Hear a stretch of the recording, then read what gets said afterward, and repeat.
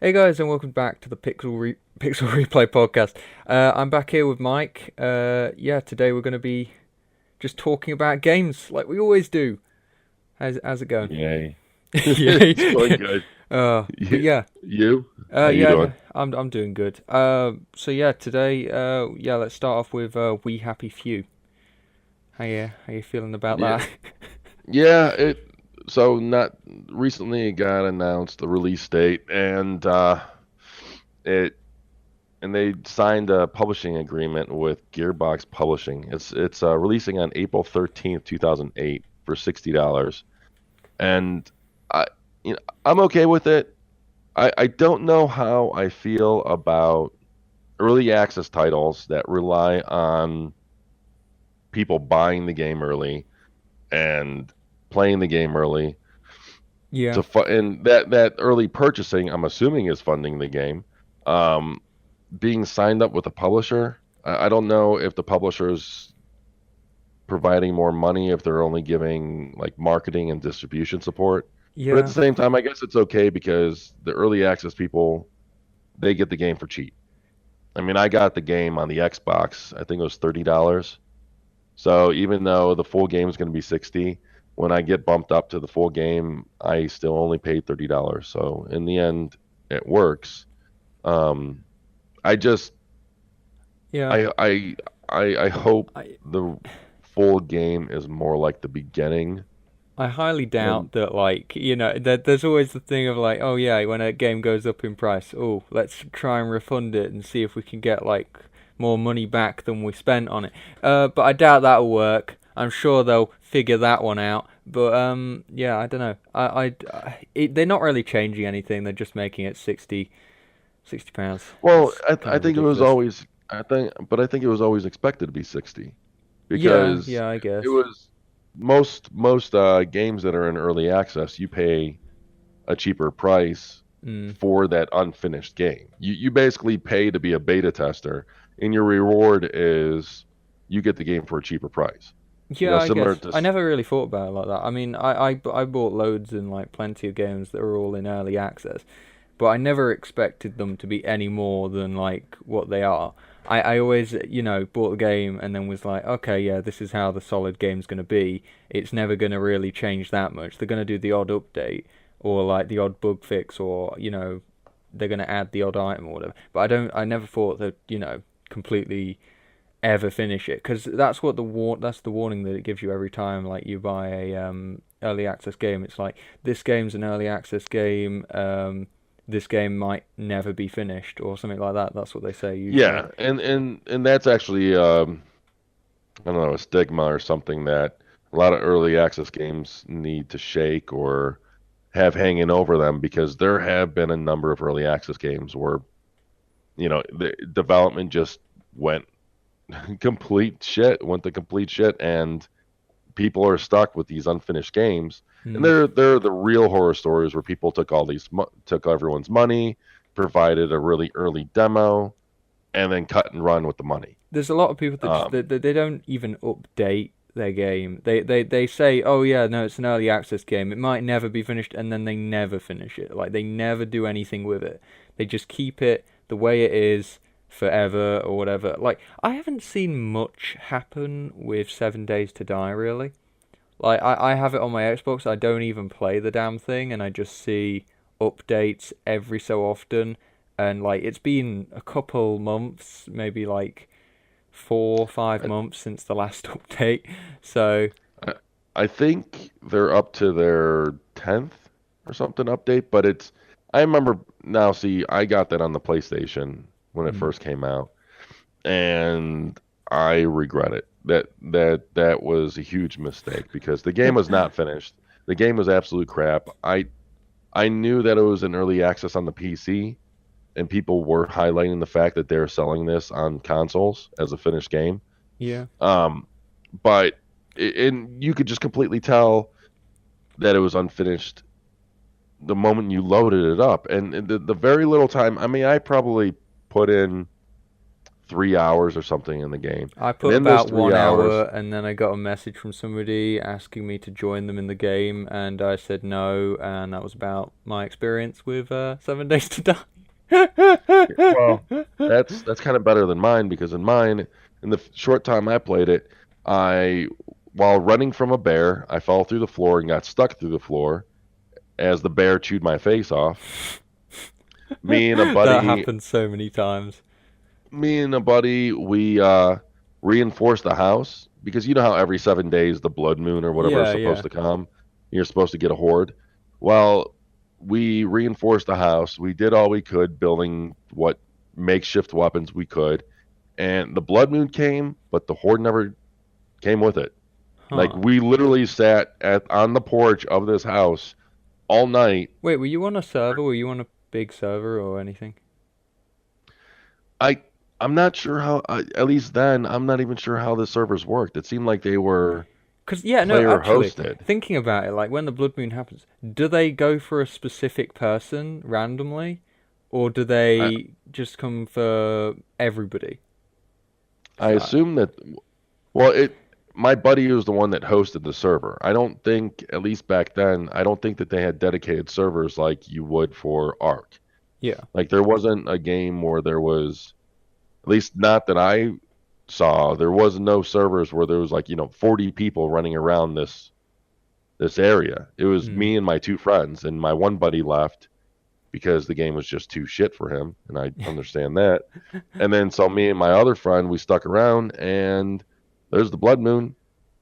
No zombies, like not a I single I zombie. spent like most of the nights just like curled up, just in the corner, and then just hoping that nothing happens. And when I hear that bang at the door, I'm just sat in there, just like, oh no, I really can't face these guys off. So I've got to run like to the roof because there's always some form of ladder to the roof on the inside. So that's what I did. I went to the roof, and yeah, I heard them break in, and then I just went from there. I could not play anymore after that because I could not go downstairs at all. Well, this same house that we were at had a pool in the back, and it was dirty water, but we had cans, and supposedly, if I remember Huh. correctly, you could put the water in cans and boil the water on a fireplace to clean it to make the water safe to drink. Hmm. Every time you filled a can with water, the game would crash, like consistently. Oh wow. It would crash every single time. That was the final nail in the coffin for me with that game, and I was just done with it. But DayZ, I think, is another game that's still in early access, isn't it? Um, I don't know. Rust, Rust, I think, is also in early access, which used to Yeah, be a yeah. zombie game, but is more like a, w- uh, It's more I don't like know, like a, mainly PvP now, yeah, that's what it seems and like. like radiated areas and things. It's pretty good. Pretty good. You get a lot of those types of people on it. But I mean, that's how most of these games go. I don't know. I'm not really. Well, I mean, so I never liked 7 Days to Die because of the endlessly generated world. I'd actually like to know my bearings. I'd like to know if I die, I'll spawn in this area and I can go back in like just that direction and I'll get there, rather than I have no idea. And like they don't like there's no map. You can't make a map because it's endless. It's like you don't know where you're going. You don't know what's happening. I mean, I think the only game that did like endless worlds right would be Minecraft, and that's saying something. Um, because I mean that kind of thing of like making maps and then adding to the map, you know, that kind of thing. That was pretty good. I found that pretty interesting. But yeah, I don't know. That's the only reason. That's like why it off put me. But yeah, yeah, I mean, I guess the point is like there's plenty of early access games that are just in development limbo, but then you have some games like Ark where it's coming out next week. I don't know if it's ready to come out next week, but it's definitely coming out, or maybe no, it's coming out later on this week. Um, no, next week. I got my times off, oh, but anyways, it's coming out. And people said that game would never come out. That was an early access game. I know other early access games have come out as well. So it'll be interesting to see what happens with We Happy Few. I want the beginning of the game was awesome. The beginning of the game was a lot like the demo that showed at Microsoft's press conference 2 years ago or so. Um, Hmm. but then after the beginning, you're stuck in this open world survival type game where you do crafting and stuff, and you loot people's houses with hopefully without them seeing. But there's no direction. Like I just wandered around for hours, Hmm. and I don't know. It has potential, and they warn you after the beginning that they took out all story elements in the remainder of the game or the demo, but it needs those story elements, and I really hope that for early access people they start adding it back. I haven't tried it out in months, Yeah. probably over I don't know, a year even maybe.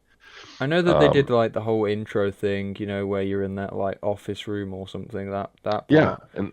and that was great. That was awesome. Yeah, it That felt it was felt pretty good. But I it, don't know. It gave the vibe of the game immediately, um, it, which it is was pretty heavily good. scripted. Yeah, yeah, yeah, yeah. Which was it's weird because it's in complete contrast to the rest of the game, at least in Mm, the early access version, because the beginning of the game is heavily scripted, heavily um, story driven, and then you wake up in this underground like sewer type yeah, yeah, yeah. And vault there's or whatever, and then there's they'll like storage and stuff there or whatever. yeah, and then they're like, well, no more story, go ahead and survive. That's kind of like the gist of it, and then you're Uh, just left to your own devices. I mean, if you can never get to the point where like you can just endlessly survive, I think that like in a lot of survival games is just where everything starts to get slightly boring. Because you have nothing left to do. It's like, oh, what should I do now? Let's just go and anger somebody randomly. Yeah, I That mean, kind of thing.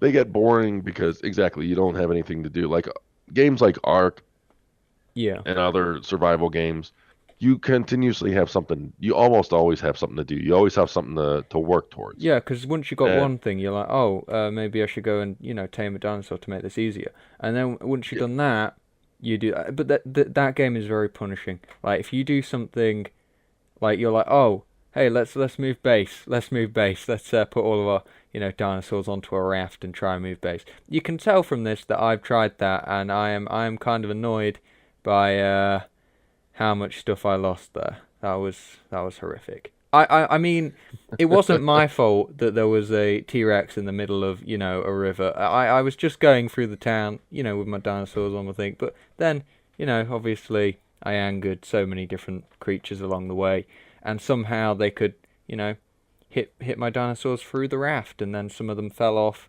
and all of them fell off, and everybody died. That was beautiful. That's how art goes for me. So now I've realised, hey, let's never move house again. Oh, yeah, that's crazy. you don't move your house. You just make another one and have more one. Or you get a Quetzal, the giant pterodactyl Yeah, things. Yeah, yeah. I couldn't do that, so I was like, okay, let's just build a raft, just make it as big as possible. Yeah, surprisingly, if your dinosaur's on the raft and you glitch it into the land and then try and ride off, the dinosaur stays on the land, and you kind of lose dinosaurs along the way, which is kind of not very helpful. And also when you whistled them to like follow you, you just see all of them just in a row, just like following you through the water, and then you realise maybe this wasn't such a great idea. But yeah, that's most of the you know, open worldy games, those kind of things. yeah, and well, we'll see how it turns out. I'm still interested in it. Yeah, I'm still We'll, interested. we'll we'll find out next year how well it all comes together. So yeah, Did you want to yeah. Let's do the talk next one. about things coming together and not coming together? Did you want to talk about Microsoft's shit efforts lately? Oh yeah, yeah. They're pretty damn terrible. Y- I think this is Yeah, I think this is I one mean, of those one of those things where you know it's going to happen because it's Microsoft. Well, it just seems like I'm not even sure it's a Microsoft thing. It just seems like an industry thing because, Yeah, yeah, I guess. especially with the third console curse, because this is Microsoft's third console. Yeah. Um, you know, we had it with the Sega had it, Nintendo, Sony, Microsoft, and then all these companies they do go up and down when it comes to, I guess, their offerings or efforts. Um, but yeah, just lately, Microsoft has been really, really disappointing. Like E3, just to put things in the context, E3 they had a pretty good showing. They, they showed a lot of games. They showed gamers that look, this whole this whole misconception that the Xbox has no games, it's not true. Boom, here are all these games. The problem was they didn't really have any of those bombastic, big first party surprises. There was Forza, which everyone knew was going to Yeah. come, and then we had Super Lucky Tail, I think it's called, which is a sequel to a VR platformer.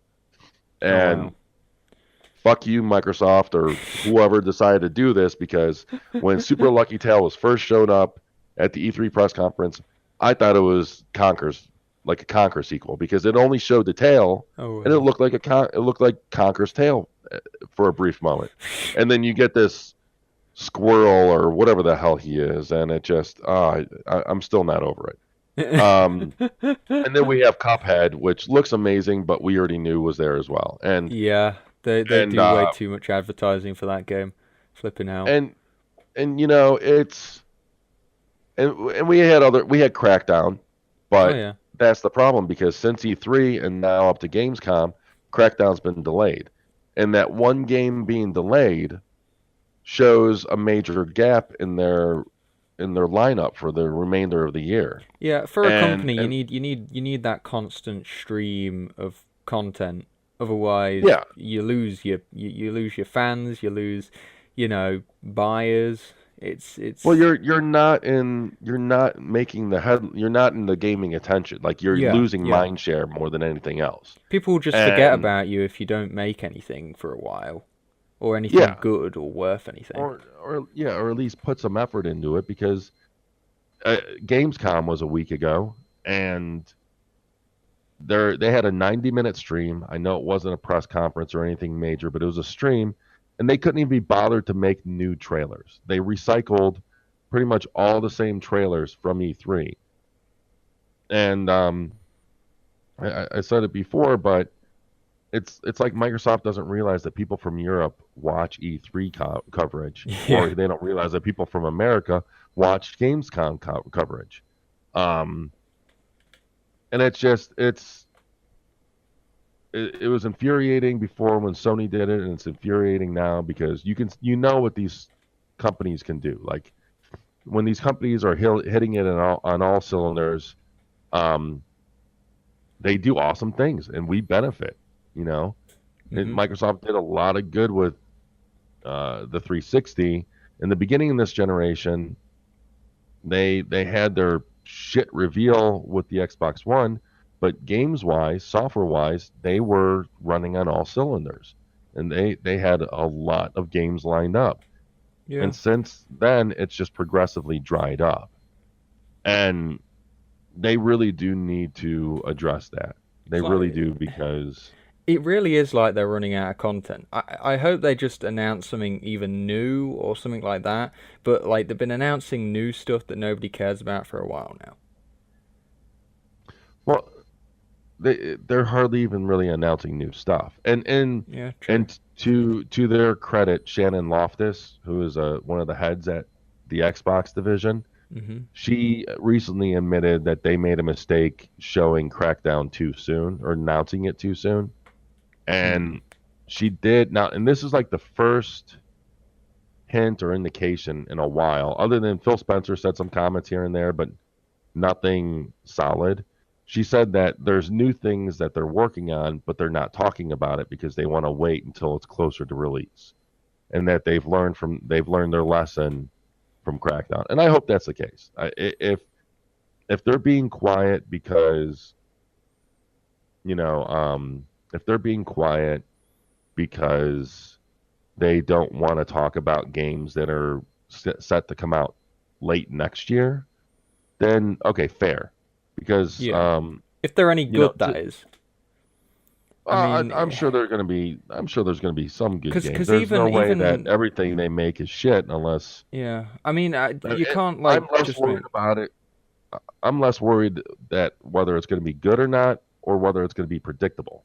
Yeah, Because yeah, that's always an I issue. mean, it's safe to say that later on next year we're probably going to get Halo 6. I think that would be 3 years since Halo 5. Halo 5 didn't come out last year; it came out 2 years ago, I think. So, Uh, and typically games like Uncharted, Halo, um, Gears, stuff like that, they're on like a 3 year development cycle. Most games are. So I can see Halo 6 coming out next year, which is great. I'm looking forward to playing that.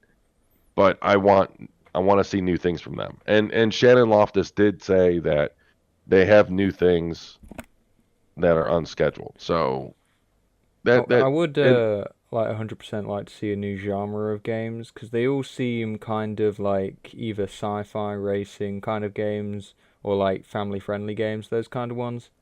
I think they're the big games for Microsoft a lot of the times. yeah, I would like that. I would like to see them bring back some franchises that they've neglected or just ignored. Yeah, yeah. Um, they, and they have a lot of first party IPs that they can use. It's just they're not doing it. Yeah, And true. and again, to be fair, their first half of next year is stacked. I'd say almost to the detriment of each game because we got Crackdown, we got State of Decay, um, and what else do we got coming out I have first no half of idea. next year? There's State of Decay, Crackdown, and my mind takes a shit after that. But there's a third game Oh that I yeah, can't think yeah. of. Oh, Sea of Thieves.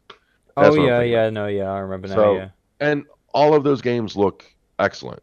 You know, The I thing is, the- in the and amount of time that it's took for like Sea of Thieves to do anything, other games have just gotten ahead of them. Like Black is it Blackwake or whatever? That's got ahead of it, and now it's a Black Lake, satur. Yeah, now the it's just. Ubisoft game. I don't know whether it is a Ubisoft. It's called Blackwake or so. I think it's a pirate game. It's like the exact same thing as what Sea of It's Thieves is going to the be. naval war game. Yeah, yeah, yeah. At first I thought that's a Ubisoft game.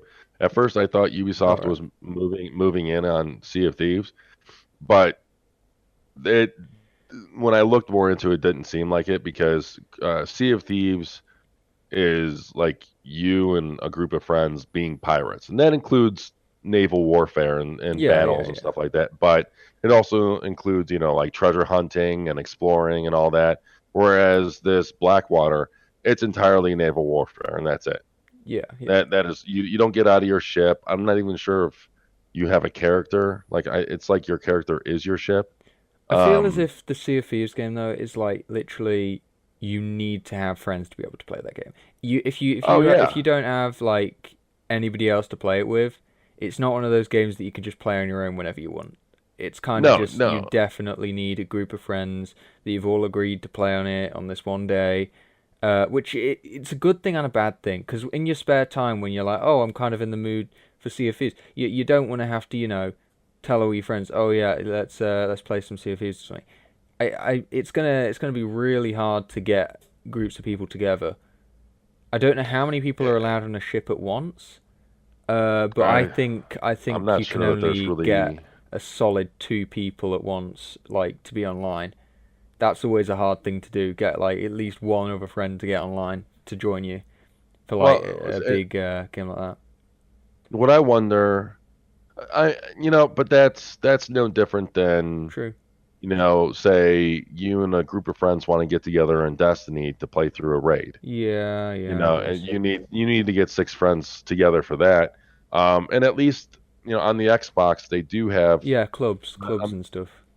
well, they, not only just clubs, but they have a feature. I'm not sure if you're familiar with it. It's like LOG or LFG, looking for gamers, Oh, and you can. So basically, I never used it, but how I understand it is, you can basically add yourself as an eligible gamer or something oh, okay, for a yeah. certain game. So you can be like Destiny, for example. You can say that, I'm I want to play Destiny, or I'm willing to play Destiny, and this is my, like I would like to do competitive play or some shit.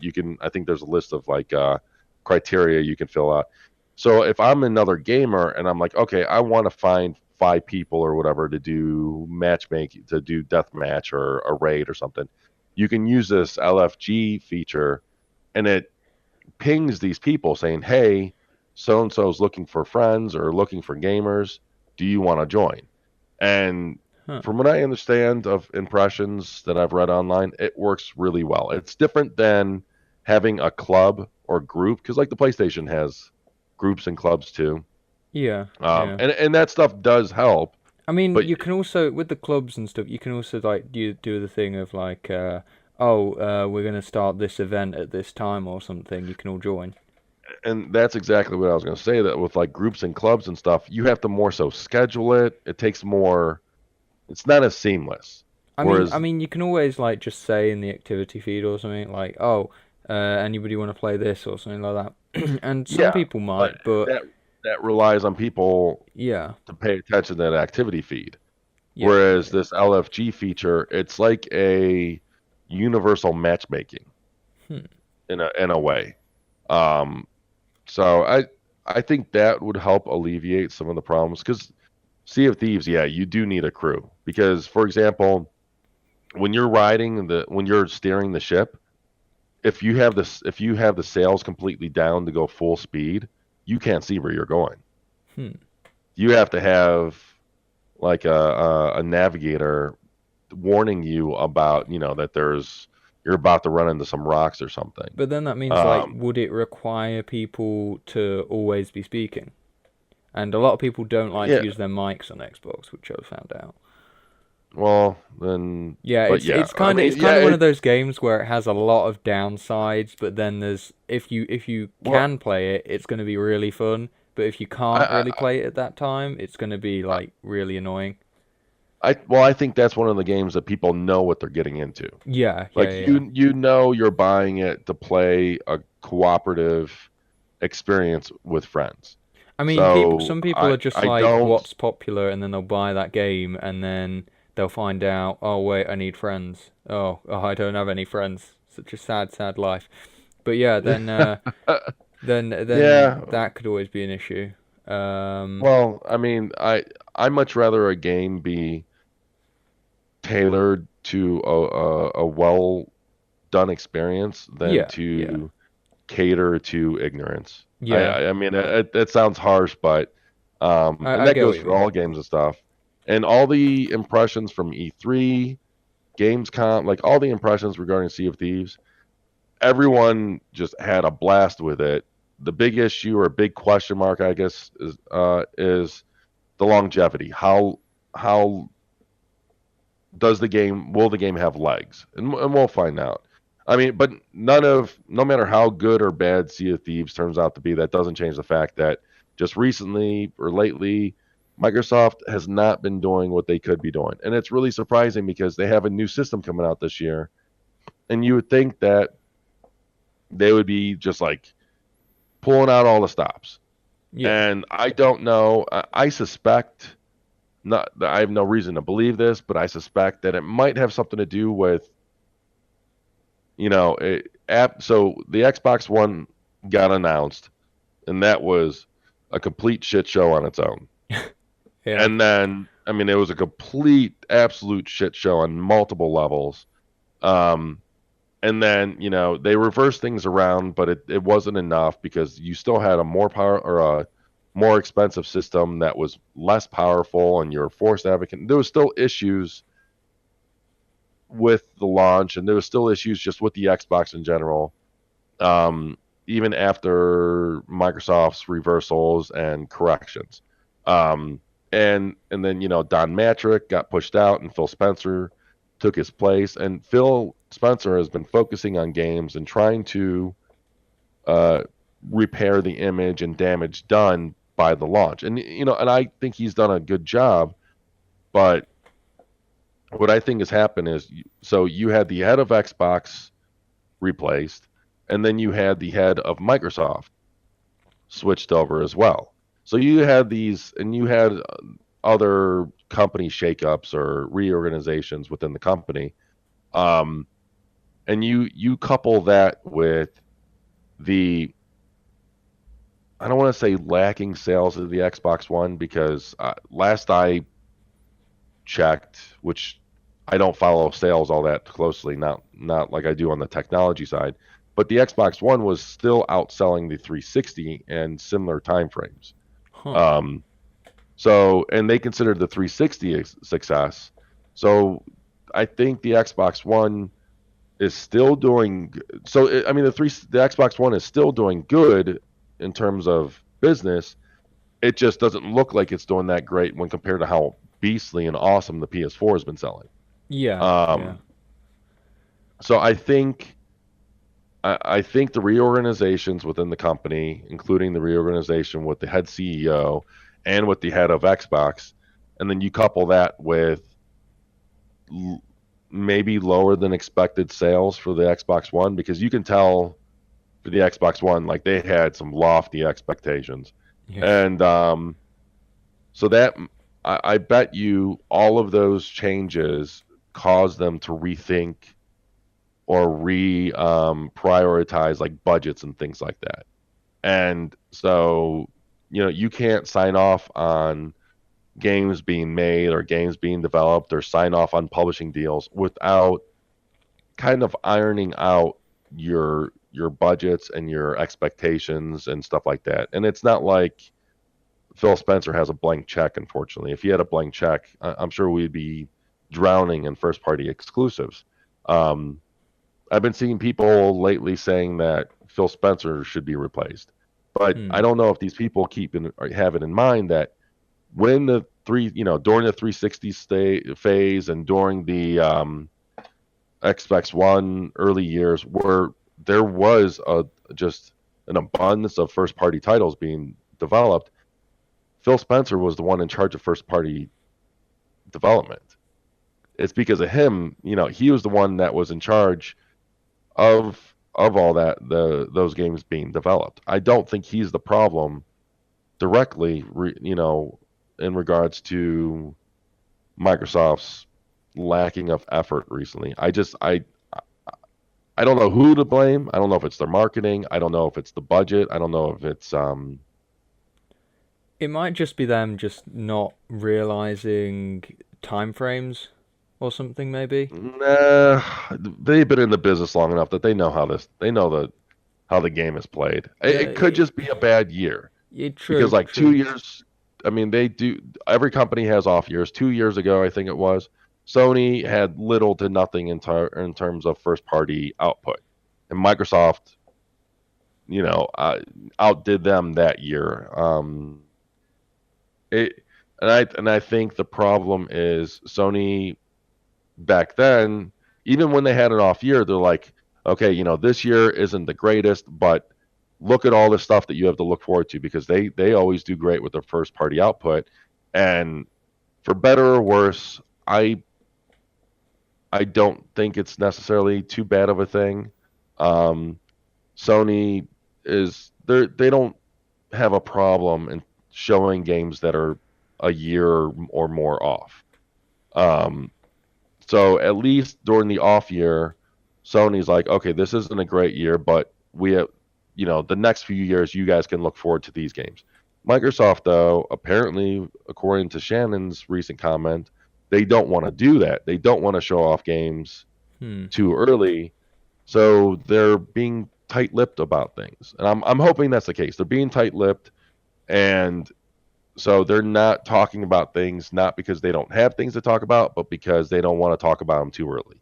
But it's not doing them any favors. I think right Yeah. now, I think Gamescom was a perfect opportunity to just talk about even games that are a year away. Um, it's not going to come out this year, and it's not going to fix the issue with this year, but at least it would give people something more to look forward to, um, especially in with on right before launching a new console. Mm. But we'll talk about why my ranting may not make a difference in the end or matter in the end. But yeah, there's I think we should move on to the next one then. Yeah, yeah, Yeah, that's yeah, yeah. it's a perfect opportunity. Yeah, this the Xbox One X has sold out. Yeah, recently, a few days ago, maybe yesterday, I was going to say Phil Spencer, Major Nelson Yeah. sent out a tweet saying that the entire supply of Xbox One X Scorpio editions have been sold out, and and It kind that of to me is surprised really, me when I first heard about yeah, that. it was really surprising because um, Because this isn't next gen. This is like just, you know, this is another PlayStation Pro. This is yeah, a yeah, yeah. mid-gen refresh. Yeah. It's nothing And not that only, big. well, Well, it is kind of big, but I it's mean, not big in the it's not way that it's as next big. gen big. Yeah, No, yeah. it's not next gen big, but it's It's big for I mean, micro Microsoft.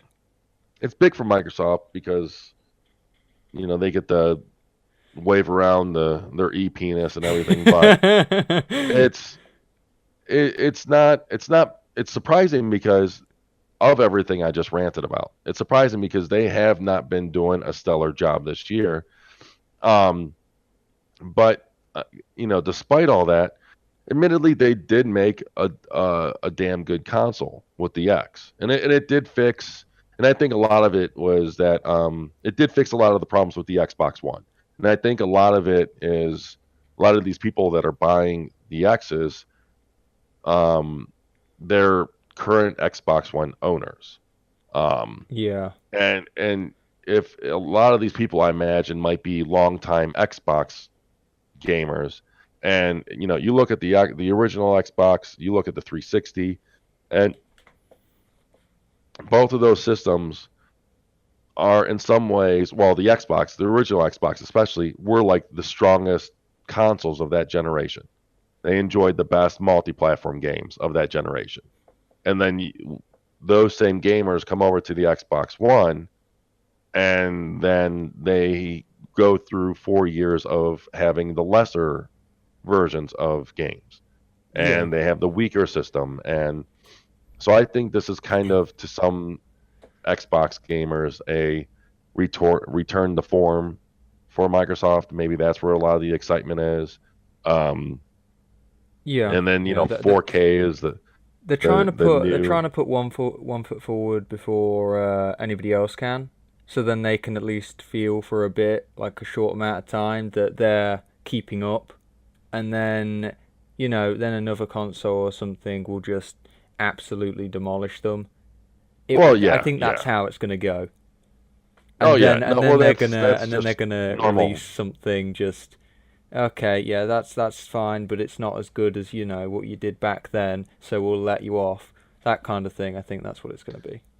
Yeah, I mean that's the name for the game when it Yeah, comes to technology. It's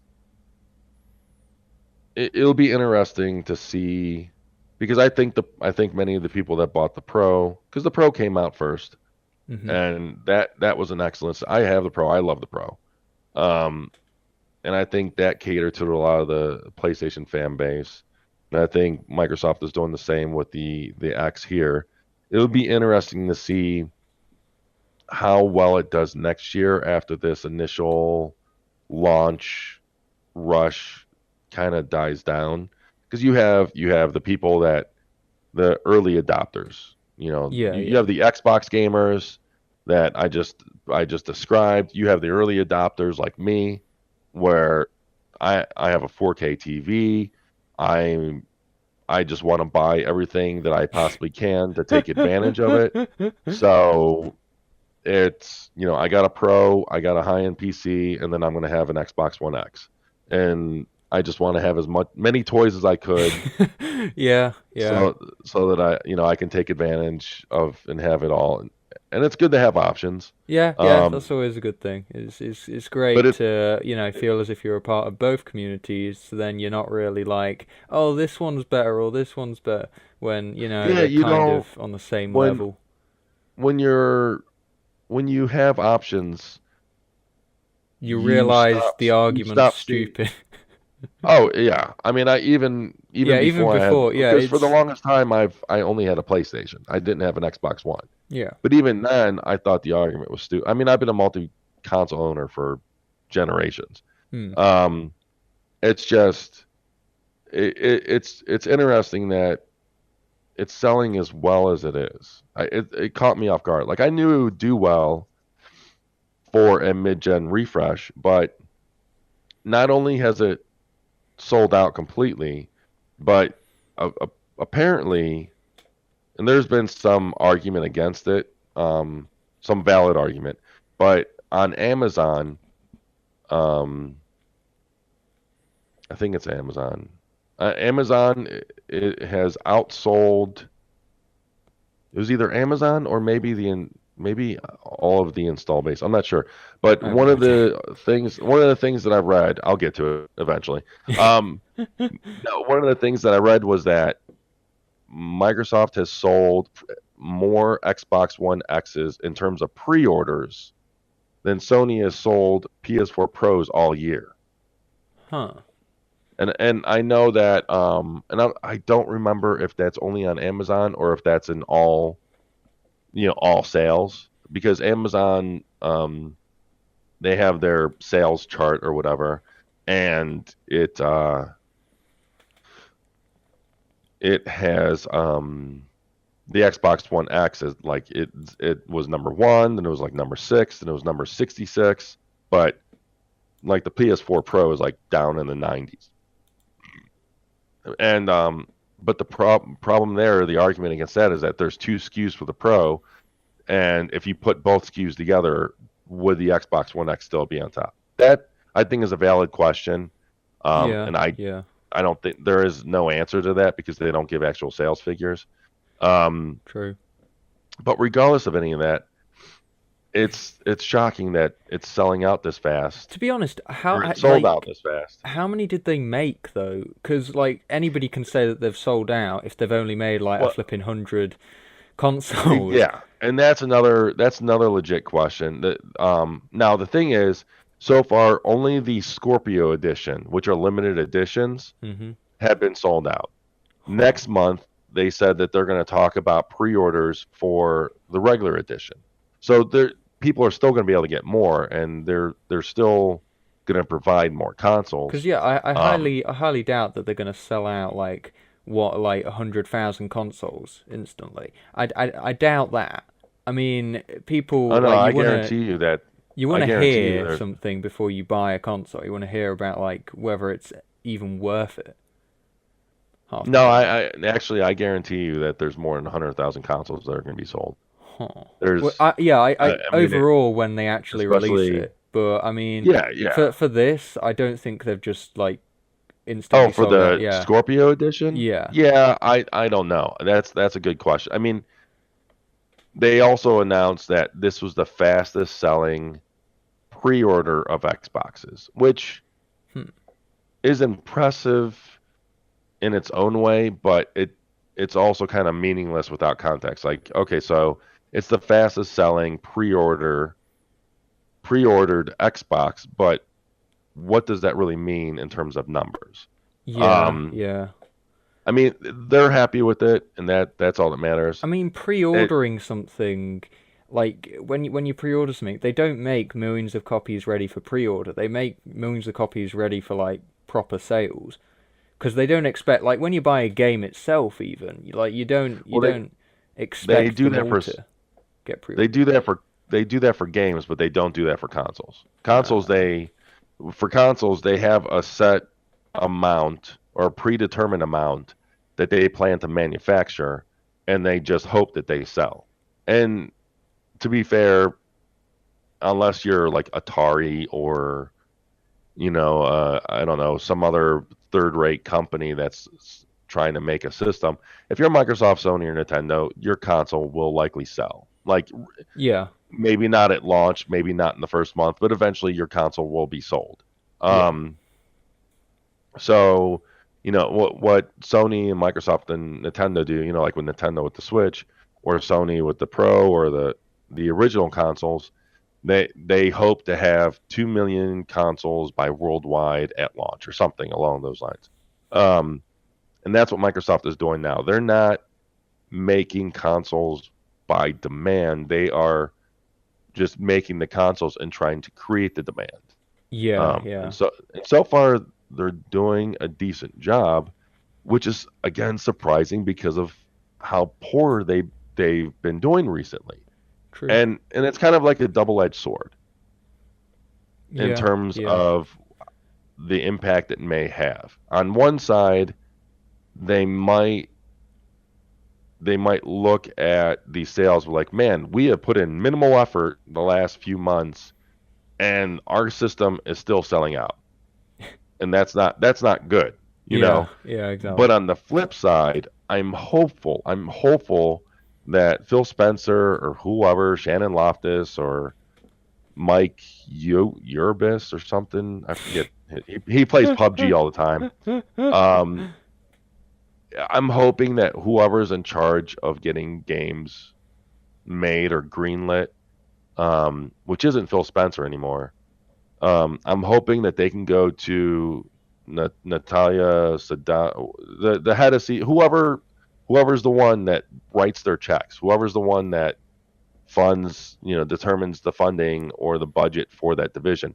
I'm hoping they can go to that person and go, look, there's a demand for for our console. We're on an upward trajectory.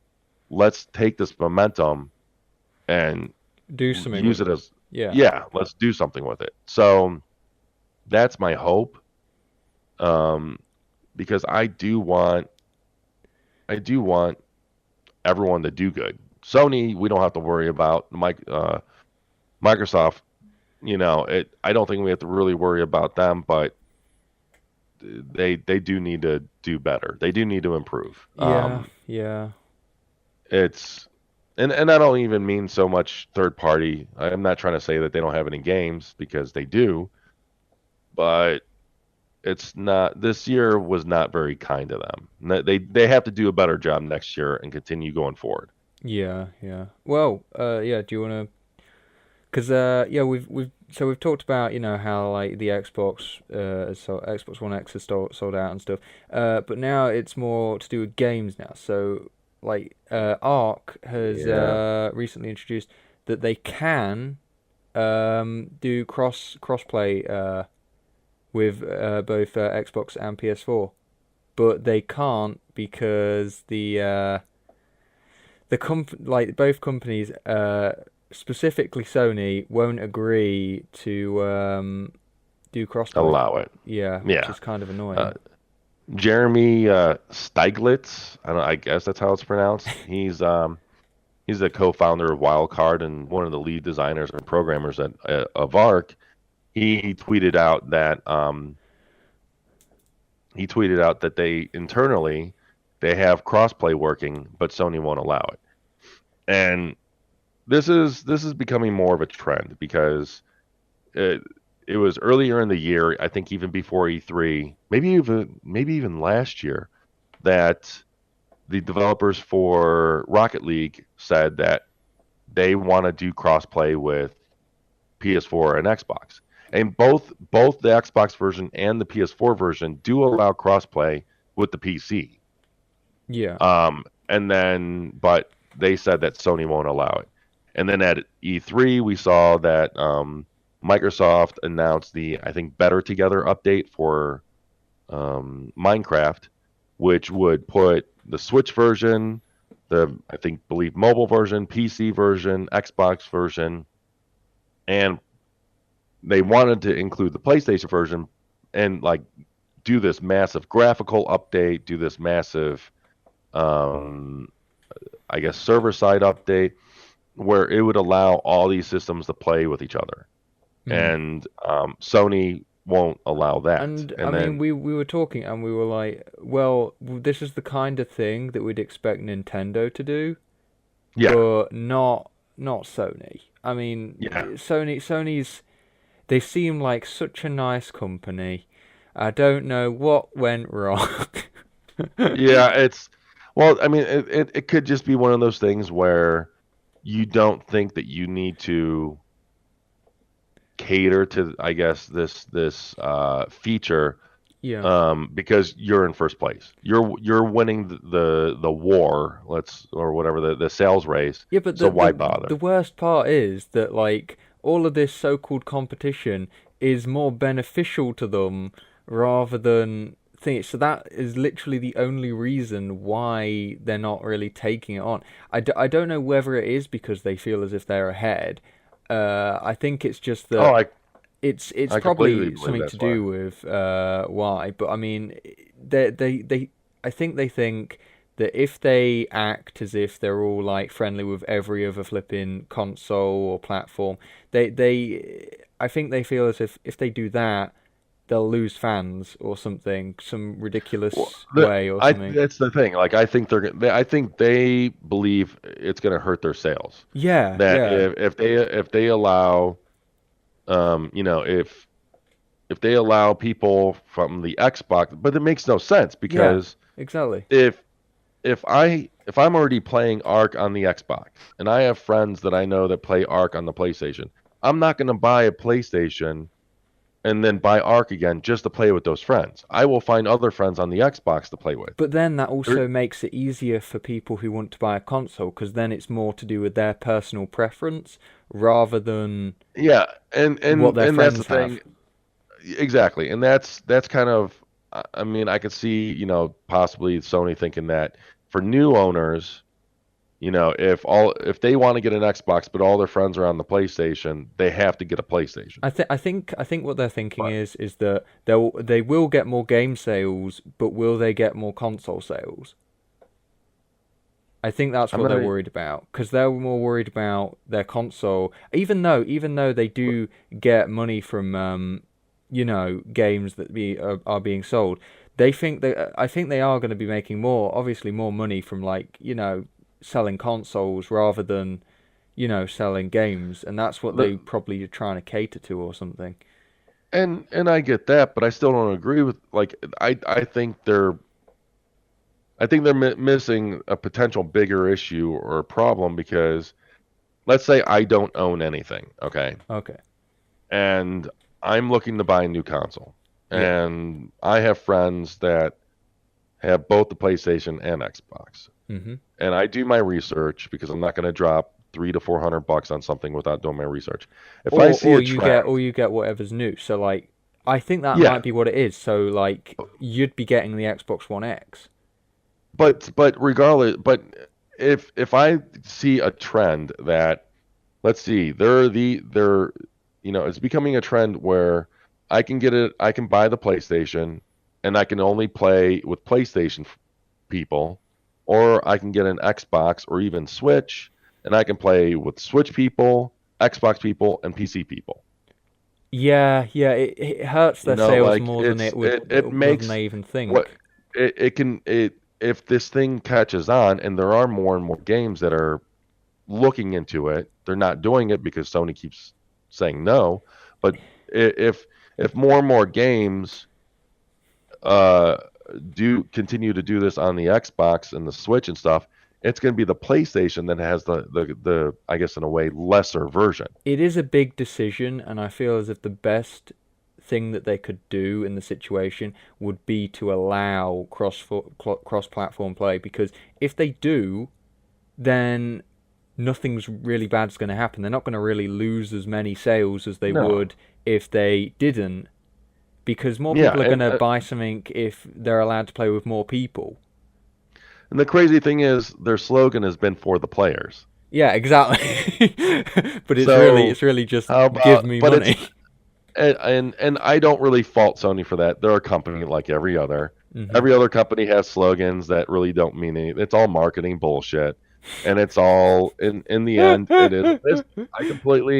I completely understand. I But who understand actually Sony's looks? stance on it. Who actually I looks at understand. like a trailer of them or something and is like, "Oh yeah, it says for the players. Of course, that's what it's for. Yes, yeah. That's not something that they just put on there for no particular Yeah. reason." And even though I understand Sony's stance on it, that doesn't mean I agree with it, and that also doesn't mean that I don't think it's the best for I don't think it's best for the players. I don't think it's the best for the company. I I don't don't think it's think the it's best best for for anybody, really. Nobody no, really no, yeah, no. benefits from it. Well, Um, people do and benefit if they this is don't. kind of along the lines of when Sony was blocking mod support for games. Huh. And it potentially could provide an image problem on Sony's side. Yeah, it's a big balancing Because act, really, for them.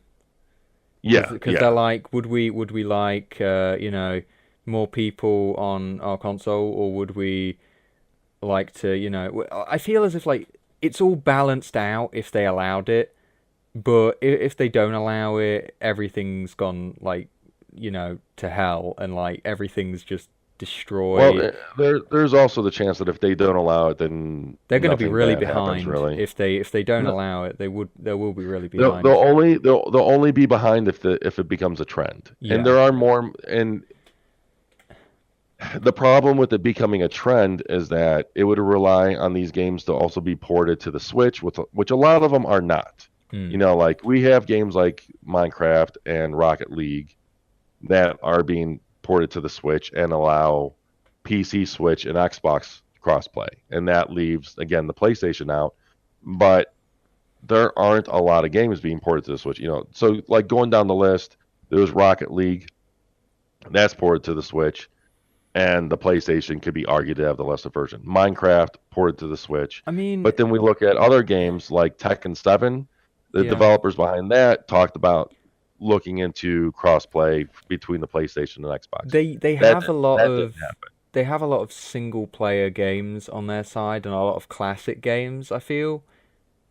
Sony do, and like that I think that's a big thing, because why would you allow cross-platform play if you've got like mostly on your console, if most games on your console are basically single player? Well, most of the games that Sony produces might be single player, but most of the games that these crossplay, all the games, it's not because none of the Sony games are gonna look in the crossplay, but all of the games that are looking into crossplay um, are third-party games, and Hmm. there are an abundance of third-party games, and that's where I think the problem comes into play. Yeah. And then there's also rumors or talks or hints that Rockstar might be looking into it for Red Dead Redemption. Hmm. Um, so it. I hope they change their tune. Microsoft recently said that they To be honest, Microsoft are still literally talking with needs to Sony. be open to everything right now. Yeah, yeah. It definitely, yeah, it benefits. I mean, it's a good look on Microsoft, and I can see why they're doing it as well. Yeah. But I they're mean, saying that they're still in talks with. it doesn't benefit them a lot, because obviously it benefits everybody within the cross-play platform thing. It benefits Yeah, like, yeah. all of the Nintendo and like, PC and stuff. It benefits everybody. And then, with, Sony, it doesn't really benefit that many people. If like it won't benefit them at all, really. I Well, don't think it would change any. it comes into the image problem again. Like Yeah. Microsoft has been continuously trying to improve their image ever since the disastrous Xbox One launch, and this is another step with this just goes in line with that. Whereas Sony, they haven't really had much of an image problem. They've been doing great. They've been looking great in the eyes of gamers. Um, so in a way, they don't feel like they need to do this. So why bother? Whereas I think that's a disservice to PlayStation gamers. I mean, Yeah. it Yeah. really is. Um, But yeah, so hopefully they change their tune on that. It'll be interesting to where that goes. yeah. Um, I feel as if I don't know. we should lighten things up with I think our final Yeah, yeah, topic, memorable boss fights. Have yeah. any of us had any memorable boss fights? I mean, I genuinely don't know whether I have. I can't can't tell because I mainly play like shooters or like MOBAs and things, and they don't really have really boss kind of things. And I never really play Yeah, many single player based games anymore that have it.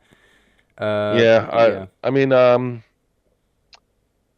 I mentioned it earlier when we were talking yeah. boarding. The in Conker's Bad Fur Day, there was a forgot what he was called, the King of Pooh or something, and he was sing.